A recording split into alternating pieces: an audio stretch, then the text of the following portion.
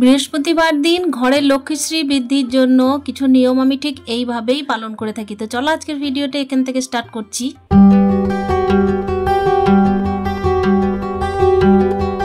তো hello everyone, good morning, welcome back to my channel. কেমন আছো তোমরা? আশা করি সকলেই খুব ভালো আছো। আর ব্লগের শুরুতে বড়দের চরণে প্রণাম, আর প্রত্যেক দিনের মতো ছোটদেরকে আমার অনেক অনেক ভালোবাসা। আর এই যে দেখতেই পাচ্ছ, আজকে হচ্ছে বৃহস্পতিবার, আর সকাল থেকে তোমাদেরকে সঙ্গে নিয়ে ব্লগটা স্টার্ট করছি। আশা করছি আজকের ব্লগটাও তোমাদের খুব ভালো লাগবে। সকাল সকাল এই যে বিছানাটা গুটিয়ে তারপরে হচ্ছে এই যে পর্দাটা খুলে দিচ্ছি, তার সঙ্গে জানলাগুলোকেও একটু প্রকৃতির হাওয়া বাতাস নেওয়ার জন্য খুলে দিলাম।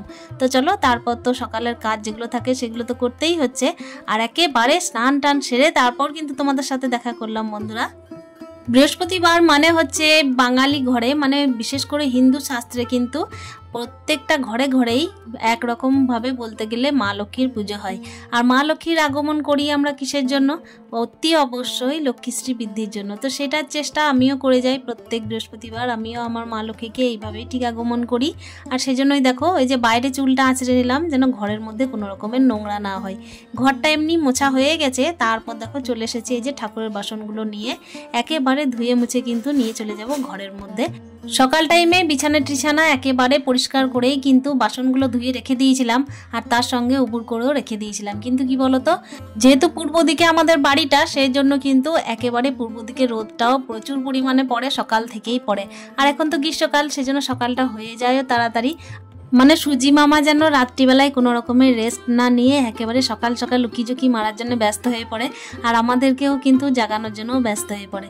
বৃহস্পতিবার দিন দেখো ঘরে ঘরে কিন্তু পুজো, আর আমিও ঠিক এইভাবেই পুজো করার চেষ্টা করি প্রত্যেক বৃহস্পতিবারে।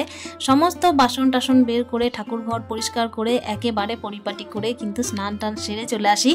তারপর হচ্ছে গিয়ে মা লক্ষ্মী যেভাবে আরাধনা করার সেভাবেই আরাধনা করি। আর সব রকম কাজ আমরা গৃহবধূরা কিন্তু করি একেবারে সংসারের মঙ্গল কামনায়। আর সত্যি করে সংসারের বাইরে আমরা কিছু বুঝিও না। সংসার ভালো থাক, স্বামী আর সন্তানের মুখে হাসি থাক, এইটুকুই তো আমাদের চাওয়া পাওয়া। এর বাইরে আমরা কার কিছু ভাবিই না, এর বাইরে জগৎটাকে আমরা নিয়ে যাওয়ার চেষ্টাও করি না। আর যারা চেষ্টা করি তাদের কথা আলাদা। আমি জীবনে এর বেশি কিছু চাইনি। আর কি বলতো, চেয়েছি যে যতটুকুই ততটুকুই কিন্তু সংসারটাকে ঘিরেই চেয়েছি। আমি সমস্ত কিছুই কিন্তু এটাকে ঘিরেই ভালোবেসেছি, আর একে ঘিরেই কিন্তু চাওয়া পাওয়া আমার। আর দেখো এই জন্যই কিন্তু সংসারের আয় উন্নতি শ্রীবৃদ্ধির জন্য সব সময় চেষ্টা করে যাই কোন দিকে কি করলে ভালো হয়, আর কি কি নিয়ম করলে সংসারের যেন অমঙ্গল না হয় বরং মঙ্গল হয়, সেই চেষ্টাই করে যাই সব সময়। দেখো চুল টুল বেঁধে রেখেছি, আর স্নান সেরে কিন্তু চুল আঁচড়েও চলে এসেছি। মা লক্ষ্মীর কাছে কোনো রকমের চুল কিন্তু খুলে, তার সঙ্গে হচ্ছে অগোছালো চুলে কিন্তু বৃহস্পতিবার আমি পুজো দিই না। তো সেই জন্যই আজকেও তাই ফুল টুলগুলো তুলে নিলাম, তারপর কিন্তু ভগবানের স্নান সারবো।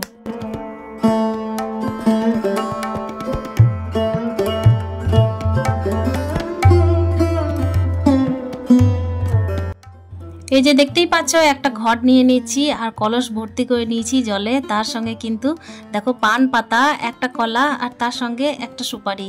এই দিয়েই মা লক্ষ্মীর আগমন করছি, যতটুকু আমার সামর্থ্য আর যতটুকু চেষ্টা, বাস এইটুকুই। তো দেখো এখানে কিন্তু সিঁদুরটা দিয়ে নিচ্ছি আমি ঘটের মধ্যে। আর এখানে আর্টিফিশিয়াল যে আমের পল্লবটা আছে সেইটাই নিয়েছি। আম গাছ আমাদের বাড়িতে নেই, এমনকি আমার পাশের বাড়িতেও নেই, সেই জন্যই কিন্তু সমস্যা হয়। তা না হলে কিন্তু একটা ছোট্ট ঘটে একটা ছোট্ট আমের পল্লব দেওয়া যেতেই পারতো। তো যেটুকু আগমন করা সেটুকু দিয়ে না করলে নয় ভগবানকে, সেভাবেই কিন্তু চেষ্টা করি সব সময়। এখানে ঘট ভর্তি করে নিয়েছি, তারপর কিন্তু ঠাকুরের সিংহাসনে রেখে দিলাম। আজকে আমার ছেলে স্কুল নেই, আজকে হচ্ছে 5 সেপ্টেম্বর, সেই জন্য কিন্তু স্কুলও ছুটি। আর আমি কিন্তু আজকে পুজোটা সেরে নেব, তারপর রান্না বান্না করব। স্কুলের তাড়া থাকলে আমার রান্না বান্নাটা আগে ভাবতে হয় কখন হবে কখন না। তবে হ্যাঁ, প্রত্যেক দিনের মতো আমার ছেলে যেভাবে ভাত খায়, আজকে কিন্তু আমি ওকে ভাতটা করে দিতে পারিনি। কেন কি স্নান টান সেরে একেবারে বৃহস্পতিবারে যেহেতু পুজোর একটু চাপটা বেশি থাকে, সেই জন্যই কিন্তু তাকে আমি পরে খেতে দেবো। আর খেতে দেবো আজকে ভাত নয় অন্য কিছু। সেই জন্য দেখো আজকে এই যে পুজোর ব্যবস্থাটাই আগে করছি। এদিকে প্রত্যেকটা গ্লাসে এই যে আমি জল ঢেলে নিচ্ছি, কেন আমার তো অনেকগুলো ঠাকুর, তাদেরকে কিন্তু সেবা দিতে হয়। তো চলো সাধ্য অনুযায়ী পুজোটা আমার সেরে নেওয়া যাক।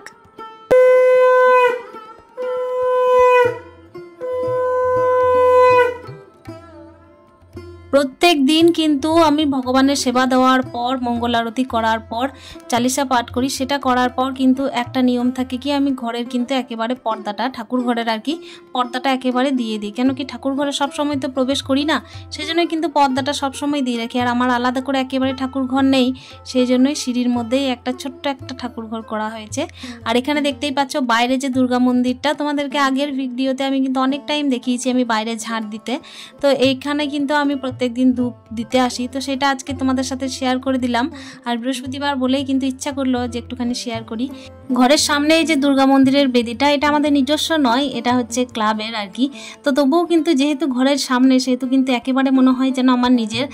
এদিকে দেখো তোমাদের সাথে গল্প করতে করতে আমার কিন্তু পুজো দেওয়া কমপ্লিট, ঘরে বাইরে সমস্ত জায়গায়। সকাল টাইমে ছেলেকে পড়তে বসিয়েছিলাম আর নিচেই বসিয়েছিলাম যাতে মনোযোগটা ঠিকঠাক ভাবে হয়। কিন্তু আমার ছেলে হচ্ছে বিছানার মধ্যে পড়তেই বেশি ভালোবাসে, কিন্তু আমি একেবারে পছন্দ করি না বিছানার মধ্যে পড়ানো। তবুও কিন্তু ও বিছানার মধ্যেই যেতে ইচ্ছুক। আর বার হিসেবে বলে তো নয়, যে কোনো দিনই ঘরের যে সমস্ত জিনিসগুলো অগোছালো থাকে সেগুলো গুছিয়ে নেওয়াটাই জরুরি। আর ওখানে বইগুলো সমস্ত পড়েছিল, সেই জন্যই কিন্তু গুটিয়ে রেখে দিলাম আলমারির মধ্যে। আর কি বলতো, যাদের বাড়িতে ছোট বাচ্চা আছে তারা জানে যে সমস্তটা নিজের মন মর্জি মতো চলে না। কিছু কিছু ক্ষেত্রে বাচ্চার ওপরেও ডিপেন্ড করে থাকতে হয়, বাচ্চার মন মানসিকতার ওপরেও ডিপেন্ড করে থাকতে হয়। তাদের কখন যে ইচ্ছা করে ভালোভাবে থাকার জন্য, কখন যে ইচ্ছা করে বায়না করার জন্য, সেটা বোঝা খুব মুশকিল। আমার হয়তো কখনো কখনো দেখবে ভালোবাসলে পরে এত সুন্দরভাবে কাজ করে, যেটা কিন্তু মেরে বকেও হয় না। তো এইগুলো নিয়েই কিন্তু চলতে হয় আমাদেরকে। কত রকমের যে অভিনয়, কত রকমের যে ভালো লাগা আর খারাপ লাগা নিয়ে চলি সংসারে, তার কিন্তু কোনো সীমা পরিসীমা নেই। এখানে দেখো আমি ঝিঙ্গে কেটে নিচ্ছি, কেন বলো তো, একটুখানি পোস্ত করব, নিরামিষ আইটেম, সেই জন্যই কিন্তু এটা করে নিচ্ছি। আর এই যে ঝিঙ্গের সাথে একটুখানি আলু দেব। তো চলো আমার এদিকে সবজি কাটা হোক। আর তোমাদেরকে অসংখ্য অসংখ্য ধন্যবাদ জানাই এই কারণেই, যারা আমার ভিডিওতে প্রত্যেক দিন কমেন্ট করো। তোমাদের সাথে গল্প করতে করতেই এদিকে আমি ভাত ডালটা বসিয়ে দিয়েছিলাম, আর ডালের মধ্যে কিন্তু দুটো সিটি পড়ে গেছিল, তো সেই জন্যই ফোড়নের চেষ্টা। তো দেখো ফোড়ন দিয়ে নিলাম ডালের মধ্যে, তারপর কিন্তু একেবারে পোস্তর জন্য প্রিপারেশান চলবে। আর ছেলেকে তো আজকে ভাত খাওয়াইনি, ছেলেকে একটুখানি চিড়ের পোলাও করে দিয়েছিলাম, তো ওটা খেয়েই থেকেছে, কিন্তু খুব ভালোভাবে খায়নি, সেই জন্যই কিন্তু তাড়াহুড়ো করেই আজকে রান্নাটা করে নিচ্ছি। আর নিরামিষের দিন ওর একটুখানি অসুবিধা হয়, আসলে এমন কিছু অসুবিধা বলতে ও যে নানা রকমের আইটেম খায় তা নয়। তবে কি বলতো, যাদের বাড়িতে ছোট বাচ্চা আছে তারা খুব ভালো করেই জানবে, ছেলে আমার ডিম অমলেট খেতে খুব ভালোবাসে, আর তার সঙ্গে যদি এসব না হয় তাহলে একটুখানি পাঁপড় ভাজা থাকলে পরে খুব ভালো হয়, কিংবা হচ্ছে কোনো রকমের বড়া ভাজা। তো সেই চেষ্টাই করব আজকে, যেহেতু ডিমটা করব না সেহেতু কিছু না কিছু করে দিতে হবে। আর এদিকে দেখো পোস্তর জন্য তেলে ফোড়ন দিয়ে দিয়েছিলাম, একটুখানি 5 ফোড়ন আর একটুখানি লবণ বাস। আর তারপরে কিন্তু পোস্তটা চাপিয়ে দিয়েছি। আর পোস্তর মধ্যে না আমি 1 চিমটি হলুদ দিই, কেন জানো তো, আমি ছোটোবেলা থেকে শুনে এসেছি যে হলুদ ছাড়া নাকি কোনো রকমের তরকারি রান্না না করাই ভালো, মানে একটুখানি ঠিকিয়েও দিতে হয়। আসলে অসহ্য টাইমে এগুলো শুনেছি যে হলুদ ছাড়া খাবার খেতে হয়, সেই জন্যই কিন্তু আমি একটুখানি ঠিকিয়ে দিই প্রত্যেক যে কোনো সাদা তরকারির মধ্যেই। তো চলো এদিকে কিন্তু আমার পোস্তর জন্য ওদিকে কষতে দিয়ে এসেছি ঝিঙে আলুটা, আর এদিকে চলে এসেছি পোস্ত বাটার জন্য। আর হ্যাঁ, এই ক্ষেত্রে আমি বলে রাখি, তোমরা হয়তো অনেকেই বলবে যে আজকে নিরামিষের দিন, তখন আমি ঝিঙের মধ্যে পেঁয়াজ কেন দিয়েছি। আমার শ্বশুরবাড়ির নিয়ম হচ্ছে যে কোনো স্ত্রীকে কিন্তু বৃহস্পতিবার দিন একটুখানি মাছ খেতে হয়, তো সেই জন্যই কিন্তু আমি মাছ না পেলেও শাশুড়িমা বলেছেন যে একটুখানি পেঁয়াজ কামড়ে কিন্তু রাত্রিবেলায় শোবে, তো সেই জন্যই কিন্তু চেষ্টা করলাম ঝিঙের মধ্যে একটা পেঁয়াজ দেওয়ার জন্য। এটা আমাদের বাড়ির নিয়ম আছে, সেই জন্যই কিন্তু করি। তবে হ্যাঁ, কারো বাড়ির নিয়মকে আমি আঘাত করছি না, এক্ষেত্রে নিজের নিয়মটা পালন করার চেষ্টা করি। আসলে কি বলতো, ওই যে আমরা সংসার জীবনে গোটাগুটিভাবে নিয়মের মধ্যেই আবদ্ধ, তো সেই জন্যই কিন্তু একটুখানি নিয়ম তো না মানলেই নয়। আর আমরা গৃহবধূরা কি বলতো, যেই কেউ না বলে দিক যে এই নিয়মটা করলে খুব ভালো হয়, এতে তোমার স্বামীর মঙ্গল, এতে তোমার সন্তানের মঙ্গল, এতে তোমার স্বামী সন্তানের অমঙ্গল হবে না, তখন কিন্তু দেখবে ওই নিয়মটার জন্যই মনটা খুঁতখুত করে। তো সেই জন্যই কিন্তু যখন থেকে আমাকে এটা বলে দিয়েছে, তখন থেকে আমি এটাই করার চেষ্টা করি।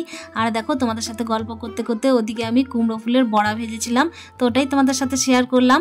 তারপরই কিন্তু চলে এসেছি এই যে ঝাঁটটার দেওয়ার জন্য। ছেলের যেহেতু বললাম ওই যে আজকে স্কুল নেই, সেই জন্যই কিন্তু ও দেখো খেলা করছে এখানে, আর গাছের মধ্যে কিন্তু কিছু না কিছু নিয়ে একটুখানি এক্সপেরিমেন্ট করার চেষ্টা করে, যে দেখো এটা হচ্ছে এই পোকা, এটা হচ্ছে ওই পোকা। বাচ্চা থাকলে এই বয়সটাতে অনেক রকমের কৌতূহল কিন্তু মনের মধ্যে জন্মাতে থাকে কিছু না কিছু জানার জন্য।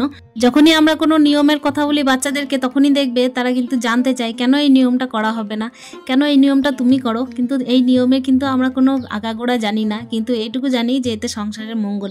তো এটাই বলার চেষ্টা করি যে আমরা কিন্তু আদিকাল থেকে এটাই শুনে এসেছি তো মা ঠাকুমাদের কাছ থেকে, তো এতে কিন্তু সকলের মঙ্গল, এটা করতে নেই বলে, তো তুমিও করো না, বাস এইটুকুই বলি। কিন্তু ওদের মধ্যে মনের মধ্যে একটুখানি কৌতূহল চলতেই থাকে, যেহেতু ওরা এখন বইয়ের ভাষাটা চেনে, তো আর বইয়ের ভাষার সাথে সাথে কিন্তু মায়ের ভাষাটাকে ওরা বুঝতে চায় যে বইয়ের ভাষার সাথে মায়ের ভাষা কতটা মিল খাচ্ছে। তো অনেক ক্ষেত্রেই বোঝানো যায়, অনেক ক্ষেত্রেই বোঝানো যায় না। তোমাদের সাথে অনেকক্ষণ গল্প হলো, গল্প করতে করতেই দেখো এই যে চলে এসেছি ছাদের কাপড়গুলো তুলে নিতে। কিছু কিছু জামা কাপড় এখনো পর্যন্ত ভিজে আছে কয়েকটা, তো সেই জামা কাপড়গুলোকে আমি একটু উল্টে পাল্টে নিলাম, আর তার সঙ্গে এই যে যেগুলো শুকনো ছিল সেগুলো তুলে নিলাম। আসলে ব্যাপার হচ্ছে সন্ধ্যা হয়ে গেলে কিন্তু কাপড়গুলো ছাদে রাখবো না, সেই জন্যই কিন্তু চলে এসেছি। ওদিকে রান্না বান্না, স্নান, খাওয়া দাওয়া সমস্তই করিয়ে দিয়েছি ছেলেকে। এখনকার ভাদ্র মাসে গরমটা প্রচণ্ড পরিমাণের পড়েছে, সেই জন্যই আর চুড়িদার পরে থাকা গেল না, একেবারে ড্রেসটা চেঞ্জ করে চলে এসেছি। দেখো এই যে গ্যাস ট্যাস মুছে দেওয়ার জন্য, গ্যাস ট্যাসগুলো কিন্তু আমি সকাল হোক কি রাত্রি হোক আমি কিন্তু বারবার মুছার চেষ্টা করি। রান্নাঘরটা একেবারে সুন্দরভাবেই রাখি, যাতে মনে হয় এখানে যেন মা লক্ষ্মী, মা অন্নপূর্ণা বাস, তো সেই বাস যেন কোনো রকমের বিঘ্ন না ঘটে। তো চলো এদিকে দেখো তোমাদের সাথে গল্প করতে করতে আমার গ্যাসটাও মোছা হয়ে গেল, তার সঙ্গে রান্নার সমস্ত জায়গায় মোছা হয়ে গেল। গ্যাসটাকে তুলে প্রত্যেক দিন ঠিক এইভাবে পরিষ্কার করি, যাতে কোনো রকমের নিচে কোনো নোংরা না পড়ে থাকে, কোনো রকমের ভাতের ফেনা বা ডালের জল কোনো রকমে যেন ওখানে পড়ে নোংরা না হয়, তো সেটাই চেষ্টা প্রত্যেক দিন করি। খাওয়া দাওয়া, গ্যাস মোছা সমস্ত হয়ে গেছিল। তারপর কিন্তু দেখো এই যে বিকাল হয়ে আসছে, প্রায় এখন বাজতে চললো 5টা, তো সেই টাইমেই কিন্তু আমি দেখো চুলটা আঁচড়ে নিলাম। সন্ধে হয়ে গেলে চুল টুল বাঁধবো না, সেই জন্যই কিন্তু এখন থেকেই চুলটা আঁচড়ে নিচ্ছি। এটাও তো সন্ধ্যের সময়ের জন্য খারাপ, যেহেতু বৃহস্পতিবার। বাড়িতে থাকলে বাড়ির নিয়মগুলোকে মেনে নেওয়াটাই শ্রেয়, কেন কি আজকালকার আধুনিক যুগে তো নানা রকমের ফ্যাশন উঠেছে, তো সেই ফ্যাশন অনুযায়ী আমাদেরকে চলতে হয়। কেন কি বিয়ে বাড়ি বলো, যে কোনো অনুষ্ঠান বলো, রাত্রিবেলায় সাজগোজটা চলে, তো চুল বেঁধে নেওয়ার ব্যাপারটা তো এমনিতে রাত্রিবেলা থাকেই থাকে, কিন্তু যখন ঘরের মধ্যে থাকি সেই নিয়মটা তো মেনে নেওয়াটাই অতি উত্তম, তাই না? তো এখানে দেখো এই যে সন্ধ্যা দেওয়ার জন্য বেরিয়ে পড়েছি, আর ঘরের মধ্যে সন্ধ্যে টন্ধে দিয়ে বাইরে কিন্তু সন্ধ্যে দিয়ে তারপর চলে এসেছি। আশা করছি আজকের ব্লগটা তোমাদের খুব ভালো লেগেছে। তাহলে আজকের মতো এখানেই বিদায় নিচ্ছি, দেখা হচ্ছে নেক্সট ব্লগে। Stay happy with happy Biman, tata.